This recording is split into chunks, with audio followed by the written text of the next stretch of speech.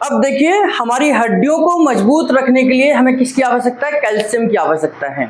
हम कैल्शियम को खाते हैं, अलग अलग रूप में खाते हैं, और वह कैल्शियम हमारे पेट में जाता है और वहाँ से हमारी स्मॉल इंटेस्टाइन में जाता है। स्मॉल इंटेस्टाइन में, ये मान लीजिए ये स्मॉल इंटेस्टाइन है ना, यहाँ पर स्मॉल इंटेस्टाइन में एक गेट बना हुआ है इस तरीके से, ये गेट है, यहाँ से कैल्शियम आया, ये कैल्शियम यहाँ पर आया, और ये हमारा जो पार्ट है ये क्या है? Large intestine. यानी कि अगर ये यहाँ पर एब्जॉर्ब नहीं हुआ, ये कैल्शियम इधर नहीं गया, तो कहाँ चला जाएगा? ये हमारे लार्ज इंटेस्टाइन में किसके थ्रू चला जाएगा? Ileum caecal valve. Ileum caecal valve, ileum का मतलब स्मॉल इंटेस्टाइन का लास्ट भाग, इलियम सिक्कम, सक्कम जो है वो हमारा ये लास्ट भाग है, मतलब पहला भाग जो है हमारा लार्ज इंटेस्टाइन का, सक्कम, वाल्व मतलब दरवाजा, इलियम सक्कम वाल्व, यानी कि इलियम और सक्कम के बीच में जो हमारा दरवाजा है उसे क्या बोलते हैं? इलियम सिक्कल वाल्व बोलते हैं। तो यहां से अगर कैल्शियम हमारा ब्लड वेसल्स के थ्रू अगर ये एब्जॉर्ब नहीं हुआ तो ये कहां चला जाएगा? हमारा लार्ज इंटेस्टाइन में चला जाएगा, और ये हमारे लिए क्या हो जाएगा? वेस्ट प्रोडक्ट हो जाएगा, हमारे लिए कचरा हो जाएगा। आपने चाहे कैल्शियम की गोली खाई हो, कैल्शियम सप्लीमेंट के रूप में खाया हो, चाहे आपने डाइट के रूप में खाया हो, आपने नारियल पानी पिया हो, चाहे कुछ भी आपने कैल्शियम डायरेक्ट ही क्यों ना खा लिया हो, वो कैल्शियम अगर यहाँ एब्जॉर्ब नहीं हुआ तो वो हमारा सीधे लार्ज इंटेस्टाइन में एंटर करेगा और वो कचरा बन जाएगा और सीधे हमारे मोशन के थ्रू बाहर आ जाएगा। ऐसे बहुत सारे लोग हमने देखे होंगे जो सालों से कैल्शियम की गोलियां खा रहे हैं या सालों से कैल्शियम की डाइट ले रहे हैं, लेकिन फिर भी ब्लड में या बोन्स में कैल्शियम की डेफिशिएंसी है। वो वजह यही है क्योंकि कैल्शियम खा तो रहे हैं लेकिन बॉडी में वो एब्जॉर्ब नहीं हो रहा है। तो जब बॉडी में एब्जॉर्ब नहीं होगा तो मोशन के थ्रू बाहर आ जाएगा। तो अब ये क्यों एब्जॉर्ब नहीं होता है, तो कैल्शियम की कहानी को थोड़ा सा समझाता हूं आपको। कैल्शियम जब आता है आपके पेट से यहां तक आता है तो कैल्शियम हमारा, उसे पता है कि मेरे बिना हड्डी कमजोर है, कैल्शियम को पता है कि मेरे बिना हड्डी कमजोर है, तो वो अपने आप को क्या समझता है? वीआईपी समझता है, और वीआईपी है। अब वीआईपी को अगर लेने के लिए कोई नहीं आया तो वीआईपी क्या करते हैं? गुस्सा होकर वापस चले जाते हैं, यानी कि वो आगे बढ़ जाएगा। तो लेने कौन आता है इस कैल्शियम को? हमारा एक हार्मोन है जिसका नाम है 1.25 DCC। ये हार्मोन है जो इसको लेने के लिए यहां पहुंचता है, कहां पर? इलियम के भाग में, जहां से ये एब्जॉर्ब होगा, है ना। तो 1.25 DCC एक हार्मोन है जो कैल्शियम को एब्जॉर्ब करता है, कैल्शियम को रिसीव करता है कि आइए आपका स्वागत है। अगर ये 1.25 DCC हार्मोन यहां पर नहीं पहुंचा तो कैल्शियम कहेगा कि मुझे लेने तो कोई आया ही नहीं है, तो मैं अंदर नहीं जाऊंगा, और वो यहां पर निकल जाएगा और वो मोशन के थ्रू बाहर आ जाएगा।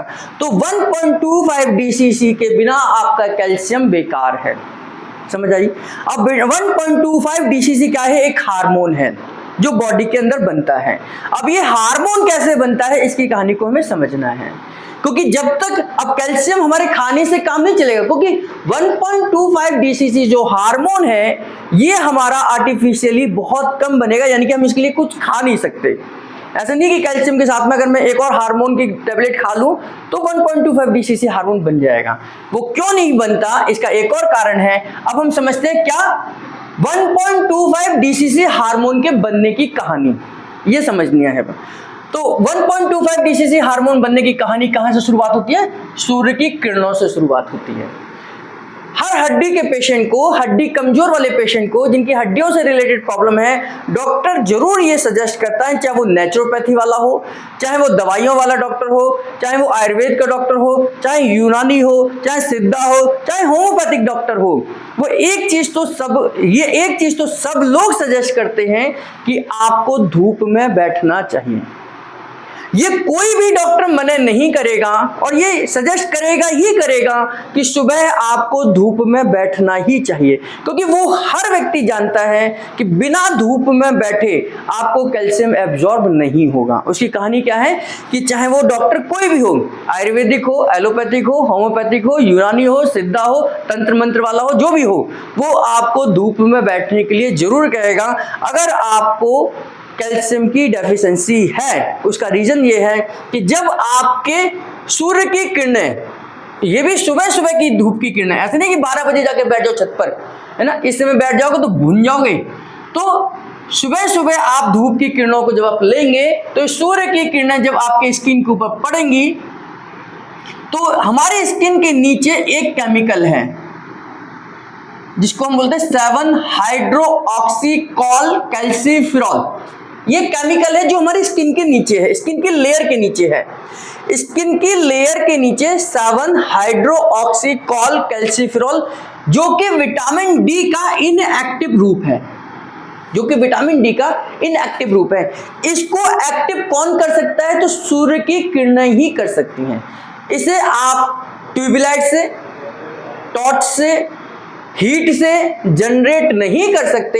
ये नेचुरल है, ये नेचुरल है। यानी कि सूर्य की किरणें जब हमारे शरीर के ऊपर पड़ेगी, हमारी स्किन के ऊपर पड़ेगी, तो स्किन के नीचे की जो लेयर है उसमें जो केमिकल है ये एक्टिव होगा और ये एक्टिव होकर ब्लड में जाएगा और ब्लड के थ्रू कहाँ पहुंचेगा?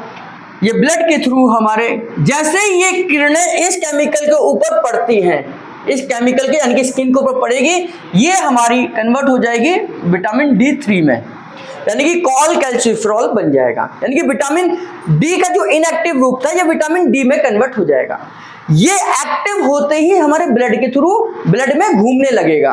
अब ये ब्लड में जैसे ही घूमने लगेगा तो ये सबसे पहले कहां पहुंचती है? चीजें लीवर के पास में पहुंचती है। लीवर इसको 25HCC यानी कि 25 हाइड्रोक्सीकॉल कैल्सीफेरॉल के रूप में अपने पास स्टोर करके रख लेगा। लीवर इसको अपने पास 25 हाइड्रोक्सीकॉल कैल्सीफेरॉल के रूप में स्टोर करके रख लेगा। जब लीवर को यह पता चलेगा कि ब्लड में कैल्शियम की कमी हो रही है, तब ये अपने उस मात्रा के अनुसार अपने अंदर से इसको रिलीज करेगा, इस केमिकल को। ऐसा नहीं कि इसको छोड़ देगा, इसको रिलीज करेगा और कहां छोड़ देगा? ब्लड के अंदर छोड़ देगा। ठीक है, ये ब्लड के थ्रू हमारे कहां पहुंचता है?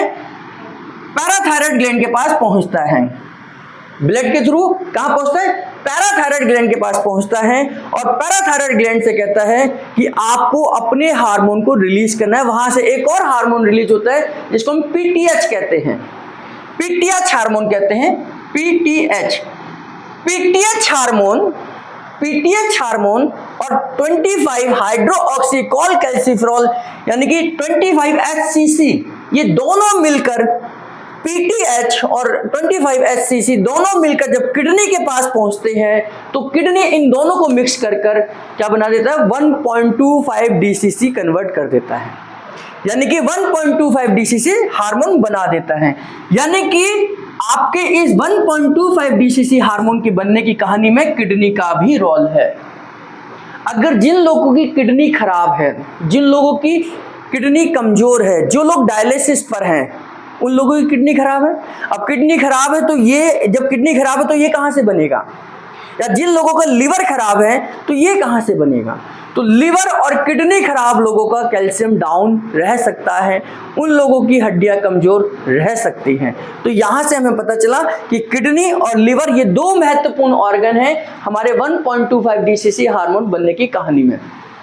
जब किडनी इन दोनों को देखकर 1.25 DCC हार्मोन रिलीज करेगा, मतलब बना देगा, तो ये हार्मोन फिर कहां पहुंचेगा? हमारी स्मॉल इंटेस्टाइन में पहुंचेगा।